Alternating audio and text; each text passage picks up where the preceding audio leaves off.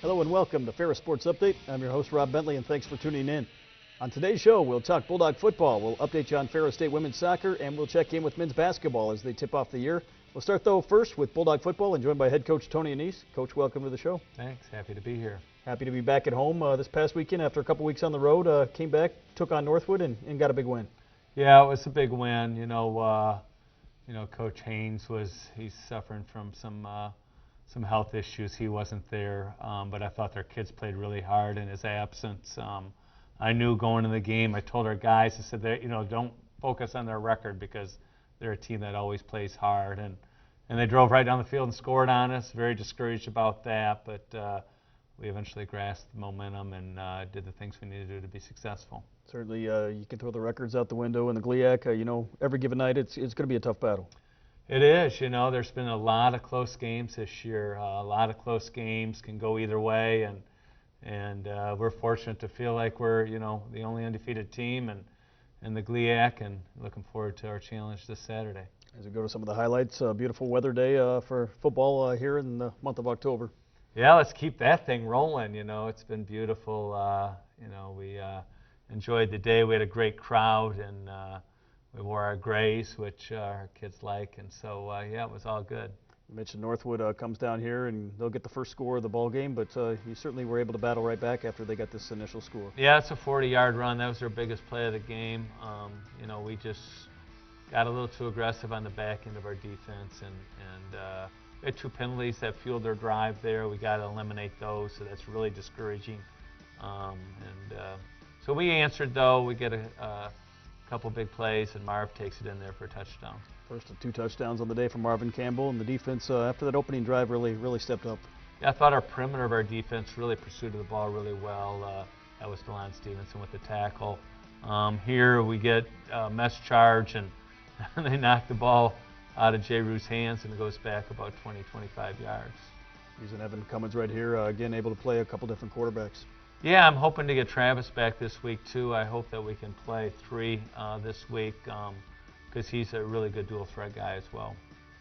Here in the second quarter, tied at 7, but a big pass play here to Cy Barnett, who had a big day for you. Yeah, Cy had a great game. Jay Rue, he likes to throw the ball down the field, and we effectively did that on Saturday. Marvin got his second touchdown of the game. Here on special teams, Deion Earls back to receive here in special teams, an area that has been a strong area for you all season long. Yeah, I like that return. When he goes downhill, he's really hard to handle, and so that was a good return. And then we come right back with the pass from Jay Rue to Cy, and when Cy gets it out in front, man, he's hard to catch. Take a 21-7 lead. Nice to have a 2-score lead here late in the first half, but they will get a late field goal here at the end of the half. Yeah, they returned a kick back deep on us, and we gave them a short field, and our defense held them to a field goal, but obviously key. Another long pass play here to Xavier Wade, who's had a strong season for you. Yeah, he didn't play in the first half, and we brought him in the second half, and he caught the ball right away and made a big play for us. That last touchdown by Javon Shaw, and then a big interception here from Omari McCauley. Yeah, Omari's playing really well. He's a great leader on our team, and we really enjoy him being back there, and that was a big play. Here, Jay Rue just improvising. I call him Rubber Band Man because he's all over the place, and he's hard to tackle. He's really got good balance, and he made a big play there. Take a 31-10 lead here, and a chance here as this game wears on, really to get some other guys some time as well. Yeah, on this play, we really had a missed assignment, and Jay Rue got caught just waving at people, and that was really our only turnover of the game. So a little discouraging here. We basically, two defenders went in the same gap and gave the quarterback open space to run. But all in all, it was a solid performance. Had a 14-point lead going into the fourth quarter, and you'll be able to expand that lead here with a couple touchdowns here in the final quarter. Yeah, this one was their second biggest play of the game. Other than that, we kind of minimized their explosive plays, kept them very minimal. And so it's really important. Here, Tyler Miner takes a toss and makes some people miss, and does what Tyler does. He's done this a lot this year. He's definitely a dynamic athlete. Obviously, nice to see some of those linemen downfield blocking as well. Yeah, we play consistently 9 linemen in every game, and this week I think we played 13 or 14 linemen. So that's pretty neat to see.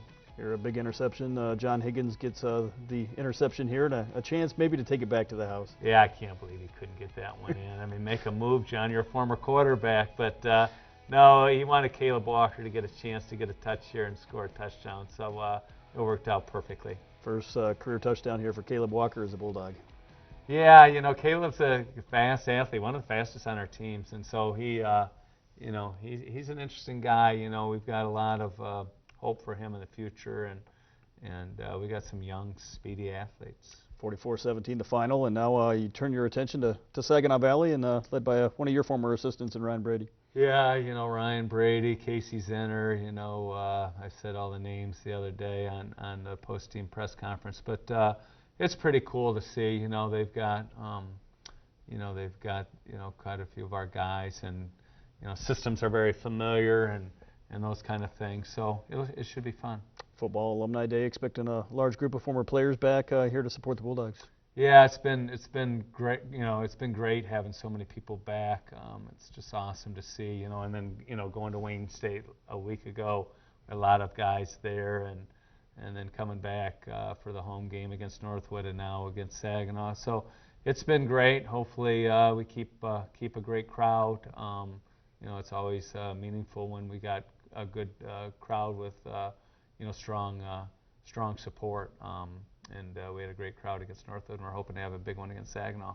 7-0 on the year, and obviously with 3 games left in the regular season here, in the spot you want to be atop the conference. Well, for sure. It's just got to be focus on the next opponent. Go out to the practice field.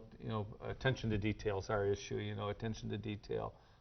We've got to minimize our mistakes. We've got a lot of self-inflicted mistakes that if we can minimize those, we might, reach our full potential at some point in time, but there's always been something for 7 straight weeks. Even though we've got 7 W's, there's always something that just kind of detracts from the victory. So I want to get to the point where we walk off that field thinking, that was about as close to perfect as we can get, and just keep that mentality.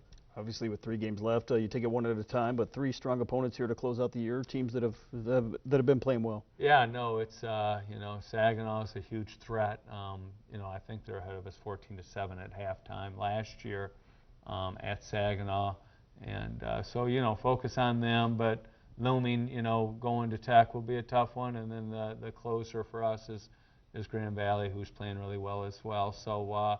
It's going to be tough. We just got to stay focused on, our improvement and what we need to do to put the best version of the Ferris State Bulldogs in front of our fans on Saturday. Well, Coach, congratulations on the win. Best of luck, Saginaw Valley, 1 o'clock on Saturday at Top Tiger Field. Thanks, Rob. We'll be back with more Ferris Sports Update right after this.